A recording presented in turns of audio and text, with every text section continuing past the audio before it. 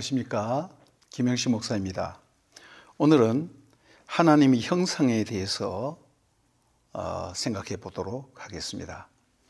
먼저 창세기 1장 26절에서 28절까지 한번 읽어보겠습니다. 하나님이 이르시되 우리의 형상을 따라 우리의 모양대로 우리가 사람을 만들고 그들로 바다의 물고기와 하늘의 새와 가축과 온 땅에 기는 모든 것을 다스리게 하자 하시고, 하나님이 자기 형상 곧 하나님의 형상대로 사람을 창조하시되 남자와 여자를 창조하시고, 하나님이 그들에게 복을 주시며 하나님이 그들에게 이르시되 생육하고 번성하여 땅에 충만하라. 땅을 정복하라. 바다의 물고기와 하늘의 새와 땅에 움직이는 모든 생물을 다스리라 하시니라. 하나님이 인간을 만드실 때에 자기의 형상대로 만들었다고 말씀하고 있습니다. 그런데 창세기 1장 26절에는 만들다고 할 때에 아샤라는 단어입니다. 이거는 창조하다, 만들다인데 그 기본 개념이 뭐냐면 건축 용어입니다. 건축 용어. 성막을 만들다 할 때도 이 단어를 썼어요. 하나님이 천지를 창조하셨다는 이 말을 할 때에 우주 성전을 만드셨다, 제가 이렇게 표현을 했었죠. 그것과 관련이 있는 것입니다. 창세기 1장 26절이에요. 그다음에 27절에 보면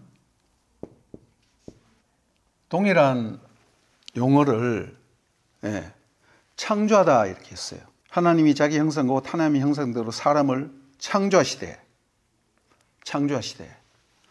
요거는 바라라는 용어입니다. 단어입니다. 요거는 태초에 하나님이 천지를 창조하시니라 할 때 그 창조하고 똑같은 단어예요. 이게 창조 용어예요. 우리가 때로는 똑같은 단어나 비슷한 단어이지만은 어떤 의미를 강조해서 했느냐라는 그런 차이가 있을 때가 있죠. 그죠? 마찬가지입니다. 또 하나는 창세기 2장 4절입니다.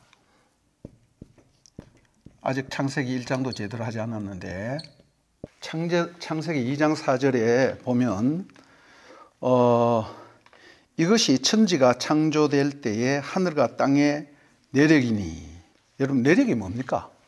정확하게 정의를 한번 해보십시오.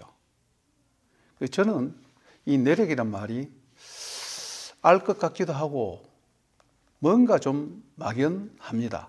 그런데 원래 이 단어는 톨도트라는 단어인데, 이 어근은 어디에서 나오냐면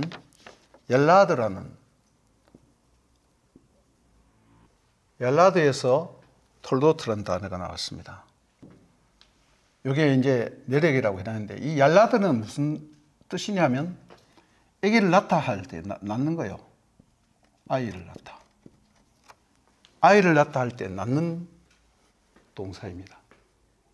하나님이 천지를 창조하실 때에 창조라는 말을 썼는데, 하늘과 땅의 내력이라는 말을 좀 문자 그대로 번역을 하면 하늘과 땅으로부터 태어난 것입니다.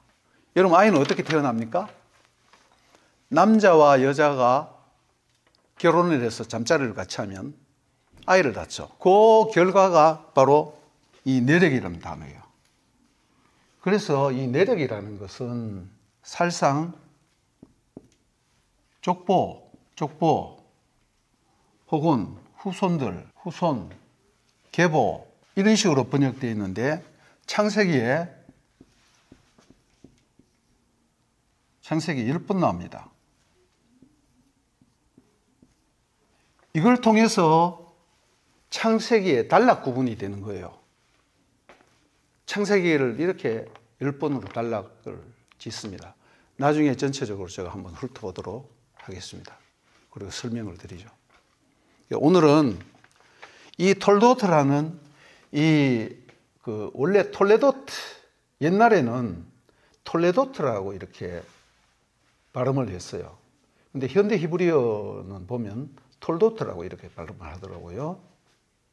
예. 말도 이렇게 빨리 하면 약간 빨리 되면 하나가 이제 줄어들죠. 예, 톨레도트. 근데 원래 의미가 나타난 뜻이에요. 나타난 뜻. 즉 하나님이 아담을 하나님의 형상대로 창조하셨다는 용어, 또 하나님이 아담을 만드셨다. 우리가 농담으로 야 오늘 저녁에 애 하나 만들어, 친구들끼리 그런 말 농담할 때 있죠. 예. 그래서 이렇게 어떤 용어로 쓰여졌느냐, 어떤 기본적인 의미로 쓰여졌느냐 할 때, 즉 하나님이 우주를 창조하시고 우주에서 가장 중심이 되는 우주 성전을 만들어서 그 성전의 핵심이 되는 존재인 인간을 창조했는 것을 나타라는 말로 표현을 했다는 것입니다. 이게 굉장히 중요한 거예요. 여러분이 결혼해서 아이를 낳으면 그게 누굽니까? 여러분 아들이죠. 그래서 하나님의 형상이란 말은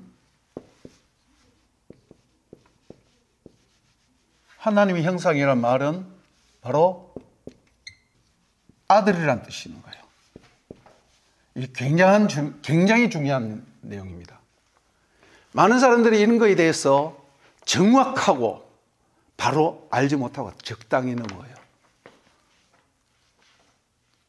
우리가 하나님의 아들이라는 그런 표현을 쓸 때에 가장 중요한 내용이 뭐냐면 아들이라는 개념이에요.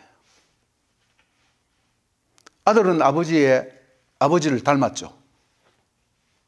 그리고 아버지가 죽으면 아버지의 모든 유산과 아버지의 지위와 아버지의 권리와, 특별히 옛날 고대 세계에는 그랬어요. 로마 시대도 그랬어요. 아들로 입양된다. 고아가 아들로 입양된다 할 때는 그 아버지의 사회적인 지위, 아버지가 국회의원이었으면 국회의원의 지위까지도 받는 거예요. 그 재산, 그 가정의 모든 것을 다 물려받는 거예요. 책임까지도. 더 이상의 고대로 가면 더 아들이라는 개념이 더 강력해집니다. 그래서 그 하나님의 아들, 쉽게 말해서 신의 아들이죠. 신의 아들. 신의 아들이라는 이 용어가 이게 뭐냐면은 왕이나 통치자에게 쓰인 말입니다.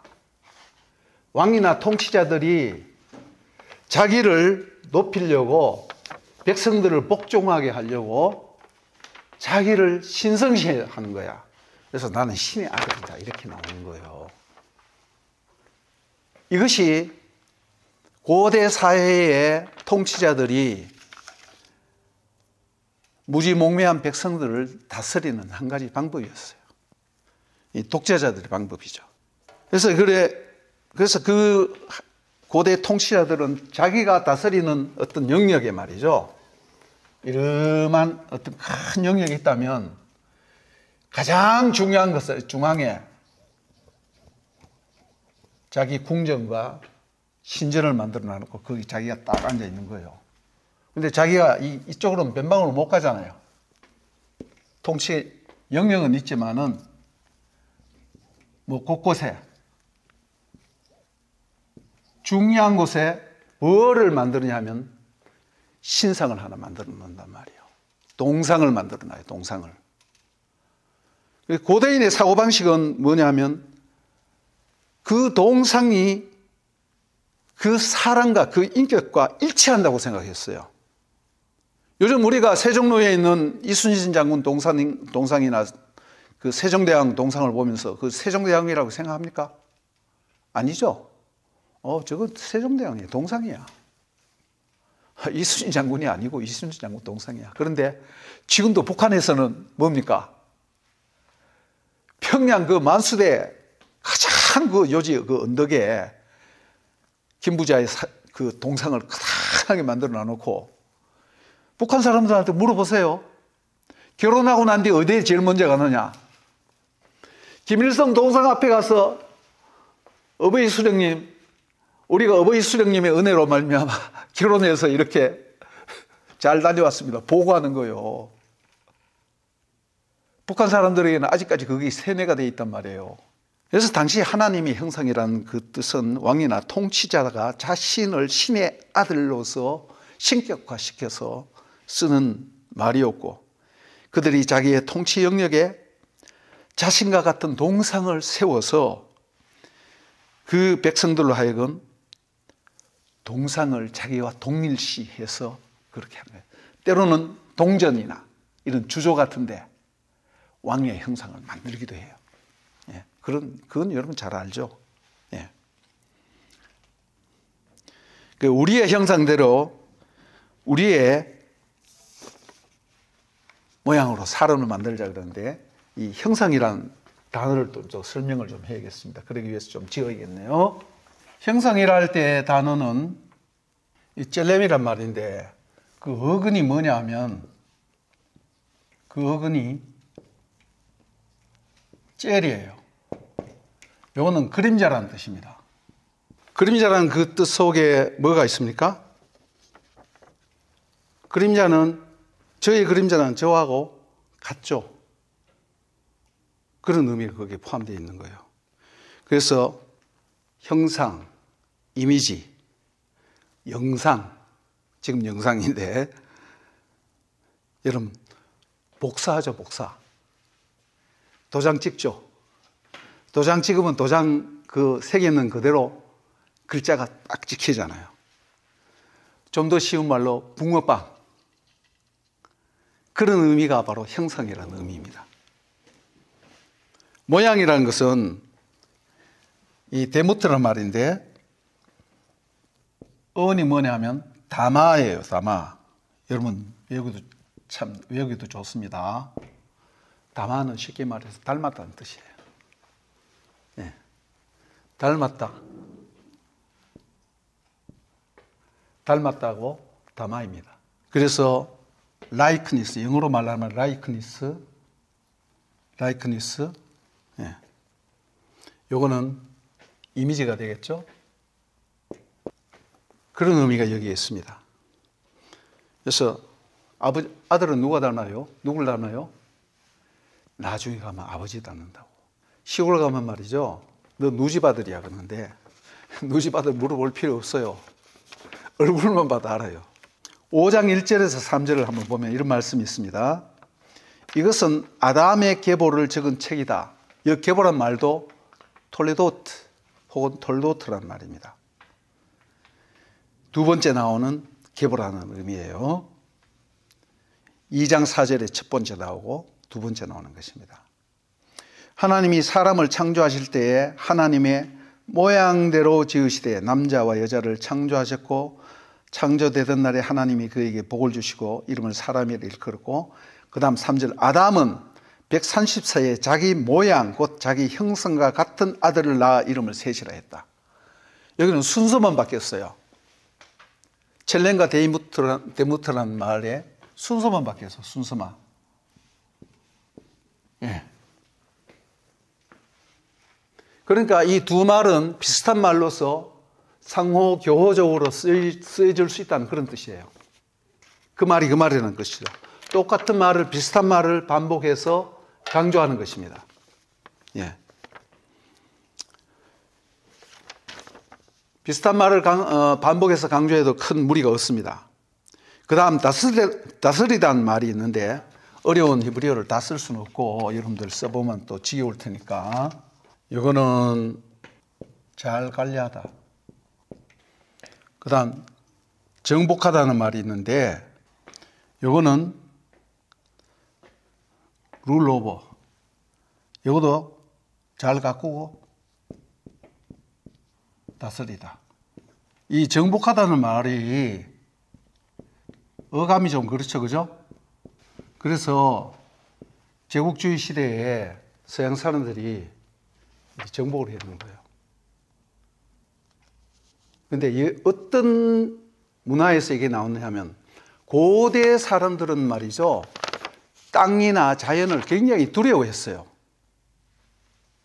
바다를 보거나 강을 보거나 높은 산을 보면 두려워했습니다. 하나님은 자기가 창조한 이 우주 성전의 모든 것을 보면서 인간에게 두려움을 갖지 말고 다스리라. 가꾸고 다스리라. 이 말이었다. 그럼 왜 두려운가? 죄를 짓고 난 뒤의 일입니다.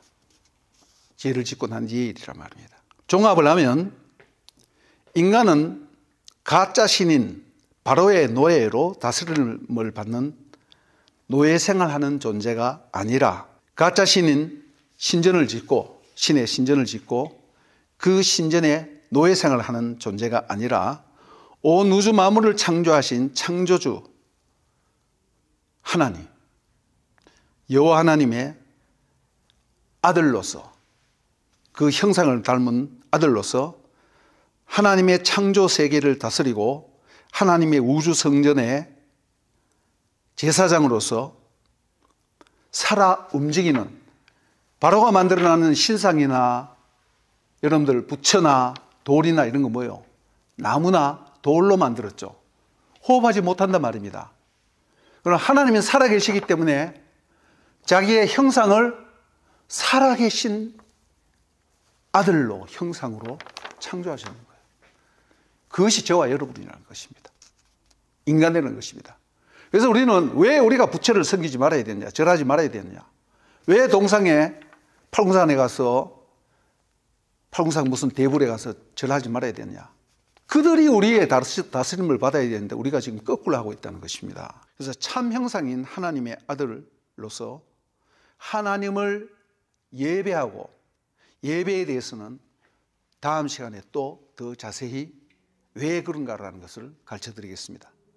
하나님의 아들로서 왕 같은 제사장으로 섬기라고 이렇게 하나님의 형상으로 만드셨는 거예요. 하나님의 우주 성전을 지으시고 그 우주 성전 한가운데에 가장 중요한 위치에, 이건 영적 위치도 되는 거죠.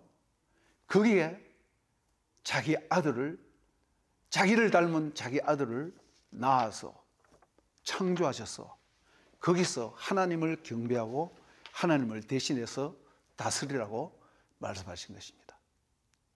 오늘은 여기까지 하겠습니다. 수고하셨습니다.